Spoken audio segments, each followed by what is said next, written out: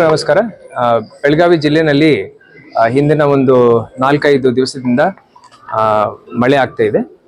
ಅದರಿಂದ ನಾವು revenue department ಎಲ್ಲ ಅಧಿಕಾರಿಗಳು, AC ತಹಶೀಲ್ದಾರ್ಗಳು, ಅದೇ ರೀತಿ ಪೊಲೀಸ್ ಇಲಾಖೆಯವರು, ನಮ್ಮ SP ಮತ್ತೆ ವಿವಿಧ ಎಲ್ಲ ಇಲಾಖೆ ಮುಖ್ಯಸ್ಥರು, CO ಅವರು, ನಾವೆಲ್ಲರೂ ಸೇರಿ ಒಂದು 4-5 ಮೀಟಿಂಗು ಮಾಡಿದ್ದೀವಿ.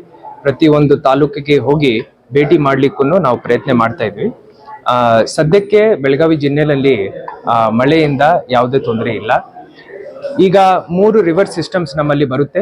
ಒಂದು ಘಟಪ್ರಭಾ, ಇನ್ನೊಂದು ಮಲಪ್ರಭಾ, ಮತ್ತೆ 3ನೇದು ಕೃಷ್ಣಾ ನದಿ ಕ್ಯಾಚ್ಮೆಂಟ್ ಏರಿಯಾನಲ್ಲಿ ಮಹಾರಾಷ್ಟ್ರದಿಂದ ಏನು ನೀರು ಬರುತ್ತೆ ಅದರಿಂದ ನಮ್ಗೆ ಇಲ್ಲಿ ಎಫೆಕ್ಟ್ ಆಗುತ್ತೆ. ಬಟ್ ಕೃಷ್ಣಾ ನದಿದು ಕ್ಯಾರಿಂಗ್ ಕೆಪಾಸಿಟಿ ಏನಿದೆ 2 ಲಕ್ಷ ಕ್ಯೂಸೆಕ್ ಮೇಲೆ ಇದೆ. ಸೊ ಸದ್ಯಕ್ಕೆ ಬರೀ ಒಂದು 65,000 ಕ್ಯೂಸೆಕ್ ಇನ್ಫ್ಲೋ ಇದೆ. ಸೊ ಕೃಷ್ಣಾ ರಿವರ್ ಬೇಸಿನಲ್ಲಿ ಯಾವುದೇ ತೊಂದರೆ ಇಲ್ಲ.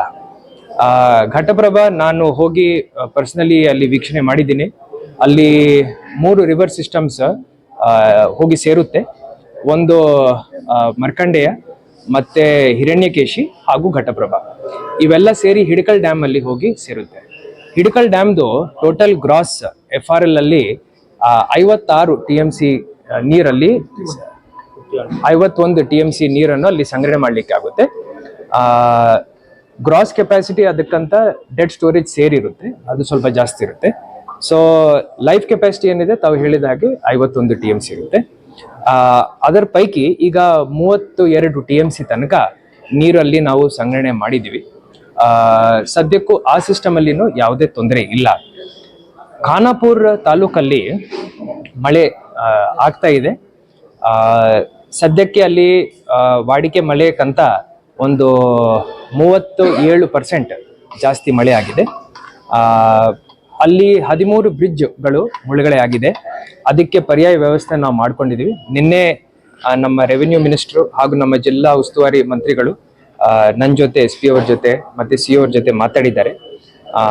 ಅವರ ನಿರ್ದೇಶನದಂತೆ ನಾವು ಈ 13 ಬ್ರಿಡ್ಜ್ಗಳಲ್ಲಿ ಬ್ಯಾರಿಕೇಡಿಂಗ್ ಮಾಡ್ಕೊಂಡಿದ್ದೀವಿ ಹಾಗೂ ಪರ್ಯಾಯ ವ್ಯವಸ್ಥೆ ರೂಟ್ ಹುಡುಕಿ ಅಲ್ಲಿಂದ ಡೈವರ್ಷನ್ ಕೊಡ್ತಾ ಇದ್ದೀವಿ.